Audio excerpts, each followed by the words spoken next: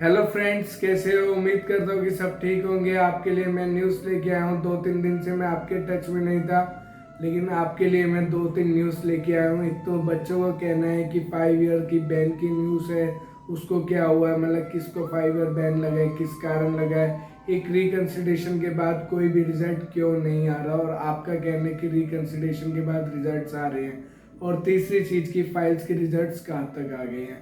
तो मैं आपको तीनों चीज़ें एक एक करके एक्सप्लेन करूंगा। पहली चीज़ कि 27 सितंबर 2020 तक के रिजल्ट्स आ चुके हैं, जिन्हें मैं लास्ट में शेयर करूंगा। अब सेकंड जो मेन चीज़ है कि रिकन्सिडरेशन के बाद रिजल्ट क्यों नहीं आ रहे, और रिकन्सिडरेशन का फॉर्मेट क्या है, रिकन्सिडरेशन को कैसे डालना है, वेब फॉर्म पे अपडेट करना है या मेल साथ में डालनी है। बच्चों को अभी भी बहुत सारे कन्फ्यूज़न है, और जिन्होंने रिकन्सिडरेशन डाल दी है उन बच्चों का कहना है अभी तक हमारा रिजल्ट नहीं आया। पहला मैं आपको बताता हूँ कि फॉर्म कैसे अपडेट करना, रिकन्सिडरेशन कैसे डालना है। जब आप गूगल खोलेंगे उस पर सिंपली डालिए IRCC वेब फॉर्म रेज। जब आप डालेंगे ये तो एक साइट ओपन होके आ जाएगी, वहाँ पर वेब फॉर्म के लिए ऑप्शन आ जाएगा। फर्स्ट आपको सिलेक्शन करना होगा, तो उसमें आप टेम्परेरी रेजिडेंस सेलेक्ट करेंगे। उसके बाद सेकेंड ऑप्शन है कि किस कारण, उसमें रिप्लेसमेंट ऑफ डॉक्यूमेंट कई बच्चे सेलेक्ट कर रहे हैं, और एक सबसे नीचे ऑप्शन होता है वेरिफिकेशन वाला, इमरजेंसी में वो वाला आपको सिलेक्ट करना है। उसके बाद क्या करना है, आपको कमेंट बॉक्स में रिकन्सिडरेशन के लिए प्रॉपर रिक्वेस्ट डालनी है। प्रॉपर रिक्वेस्ट का मतलब अपनी SOP के साथ रिकन्सिडरेशन के लिए आपको उन्हें रिक्वेस्ट करनी है। अब इसमें सबसे बड़ी बच्चों की प्रॉब्लम है कि कई बच्चों को कहना है कैसे लिखना है, to the IRCC we are requesting you, या कैसे। अब मैं आपको इतना क्लियर कर दूं, ऐसा कोई फॉर्मेट नहीं बना कि इमिग्रेशन उसे लेगी और बाकी फॉर्मेट्स को नहीं लेगी। ऐसा कुछ भी नहीं है, आप किसी भी फॉर्मेट में लिख सकते हैं, बट हाँ उन्हें आपकी बात समझ आनी चाहिए, और उन्हें लगना चाहिए कि हाँ बच्चे की प्रॉब्लम जेन्युइन है, ये एक जेन्युइन स्टूडेंट है। कोई कॉपी पेस्ट मत करो। कई बच्चे क्या कर रहे हैं, आप मेरे को अपना रिकन्सिडरेशन लेटर दे दो, मैं उसे कॉपी कर लेता हूँ। वो कॉपी करने में कहीं ना कहीं कुछ मिस्टेक कर रहे हैं। जैसे परसों एक बच्चे से मिस्टेक हो गई, उसने वेब फॉर्म रेज कर दिया, उसका कोर्स सप्लाई चेन मैनेजमेंट था, लेकिन उसने किसी बच्चे से लिया था, उसका कॉपी पेस्ट करा, उसने सब कुछ चेंज कर लिया। जहाँ कोर्स था उसने अपना सप्लाई चेन मैनेजमेंट भी लिख दिया, लेकिन साथ में वो अर्ली चाइल्डहुड लिखा रह गया, क्योंकि उसने जिस बच्चे की कॉपी करी थी उसका अर्ली चाइल्डहुड का केस था। तो ये गलतियां मत करो, ये छोटी छोटी गलतियां। आप एक वेब फॉर्म रेज करो या 3 करो, आपके तीनों देखे जाएंगे, लेकिन जो फर्स्ट टाइम पे जाएगा वो आपका प्रायोरिटी पे होगा, और मेन वो ही माना जाता है कि उसमें आपने क्या लिखा है। तो ये मिस्टेक्स ना करें।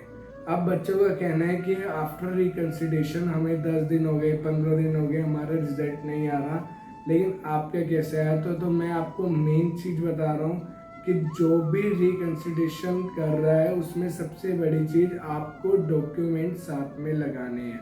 जैसे मैंने आपको बताया, उस कमेंट में आप अपना SOP प्लस रिकन्सिडरेशन के लिए रिक्वेस्ट करेंगे, तो उसका कोई फॉर्मेट नहीं, इतना परेशान मत होइए। जिससे आप किसी पर्सन को रिक्वेस्ट कर रहे हैं, चाहे उसे सत श्री अकाल बोल दीजिए या राम राम बोल दीजिए, या डजंट मैटर, उससे कोई मतलब नहीं। लेकिन हाँ, उनको आपकी सिर्फ बात समझ आनी चाहिए, आपकी कंडीशन समझ आनी चाहिए। ऐसा नहीं कि बिल्कुल फॉर्मल लिखेंगे या बिल्कुल एप्लीकेशन की तरह लिखेंगे तो ही बोलेंगे, ऐसा कुछ नहीं। जिस बच्चों का मैंने डलवाया था 2 का, जिसको एक को उन्होंने रिफ्यूज़ल दी थी और एक को PPR दी थी, उनका मैंने बिल्कुल सिंपल ही डाला था, ऐसा कुछ नहीं। जो जिसको PPR आई थी उसने अपनी SOP किसी से प्रिपेयर कराई थी, वो एक अलग चीज़ है, लेकिन डालने का जो तरीका था वो सिंपल था।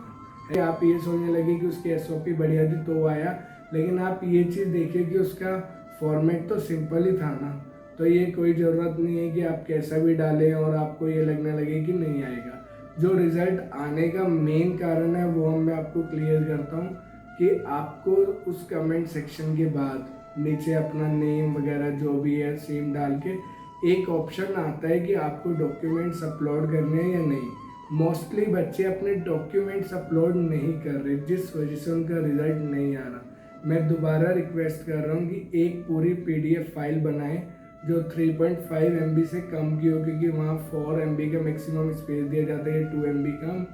तो उसमें क्या होगा, आपको अपनी AIP, अपने एजुकेशन डॉक्यूमेंट्स, अपना फंड्स, अपना फाइनेंशियल, कॉलेज का एलॉय, ये डॉक्यूमेंट्स को ज़रूर अपलोड करें, क्योंकि जो भी ऑफिसर देखता है वो आपकी रिक्वेस्ट देखने के बाद आपके डॉक्यूमेंट्स देखता है, जब भी वो डिसीजन देता है। लेकिन आप एक वेब फॉर्म सिंपल रेज कर रहे हैं तो उसका कोई इतना इफेक्ट नहीं पड़ता, और अगर वो उसे देखते हैं तो मोस्टली उस केस में वो रिफ्यूज़ल देते हैं, क्योंकि आपने साथ में डॉक्यूमेंट्स अपलोड नहीं करे होते। तो प्लीज़ रिक्वेस्ट है, जो बच्चे डॉक्यूमेंट्स अपलोड कर रहे हैं उनके रिजल्ट्स भी आए हैं। 6-7 बच्चों से मेरा कांटेक्ट हुआ, उनके रिजल्ट्स आए हैं। किसी का मेडिकल अपडेट हो गया है, उनमें से भी एक बच्चे को रिफ्यूज़ल दोबारा दे दिया। उन्होंने कहा कि आपका कोर्स मैच नहीं करता, रीज़न जेन्युइन है। और 3 बच्चों को PPR आई है। इसलिए मैं कह रहा हूँ, लेकिन आप जो कह रहे हैं ना कि रिजल्ट नहीं आ रहा, रिजल्ट आएगा 15-20 दिन में आएगा, लेकिन डॉक्यूमेंट साथ में ज़रूर अपलोड करें। और अब मैं दूसरा, जिन बच्चों ने वेब फॉर्म रेज कर दिया और डॉक्यूमेंट्स अपलोड नहीं करे थे, सिर्फ उन्हें रिक्वेस्ट करूँगा कि आप दोबारा एक बार प्रॉपर वेब फॉर्म रेज कर दें, उसमें नीचे अपने सारे डॉक्यूमेंट्स सबमिट कर दें, जिससे कि वो आपका फर्स्ट वेब फॉर्म देखें, साथ ही साथ आपका सेकंड भी देख लें। क्योंकि इसमें भी सबसे बड़ी चीज़ ये है, आप यहाँ से एक वेब फॉर्म रेज करें, एक 3 दिन बाद करें या एक 2 दिन बाद करें, लेकिन जिस टाइम वो आपकी फाइल को ओपन करते हैं या जब वो आपके UCI नंबर के थ्रू देखते हैं कि इसका वेब फॉर्म है, उनके पास एक साथ सारे वेब फॉर्म आ जाते हैं। तो ये मत सोचिए कि उन्होंने मेरा वेब फॉर्म अभी देखा होगा या नहीं तो न्यू डाल दो तो गलत हो जाएगा। लेकिन मैं फिर रिक्वेस्ट कर रहा हूँ, ये सिर्फ उन बच्चों को कह रहा हूँ जिन्होंने डॉक्यूमेंट्स नहीं लगाए, तो दोबारा रेज कर दे, जिससे कि जब वो आपके वेब फॉर्म देखे तो वो एक साथ देखे, तो आपका डॉक्यूमेंट वाला भी वेब फॉर्म उनके पास हो, वो उसको देखते हुए रिजल्ट दे। और तीसरा, जो मैं 5 इयर्स का बैन बता रहा हूँ, वो इसलिए, मेरे पास परसों मैंने देखा इंस्टाग्राम पे भी, और 2-3 बच्चे बता रहे थे कि एक बच्चे को कॉल आई इमिग्रेशन से और वो बच्चा सही से कम्युनिकेट नहीं कर पाया, इवन वो अपने नेम वगैरह सही से नहीं बता पाया। उसके बाद बताया जा रहा है कि उसे 5 इयर्स का बैन लगा दिया कि आपका IELTS स्कोर 7 था, लेकिन आप सही से कम्युनिकेट भी नहीं कर पा रहे थे।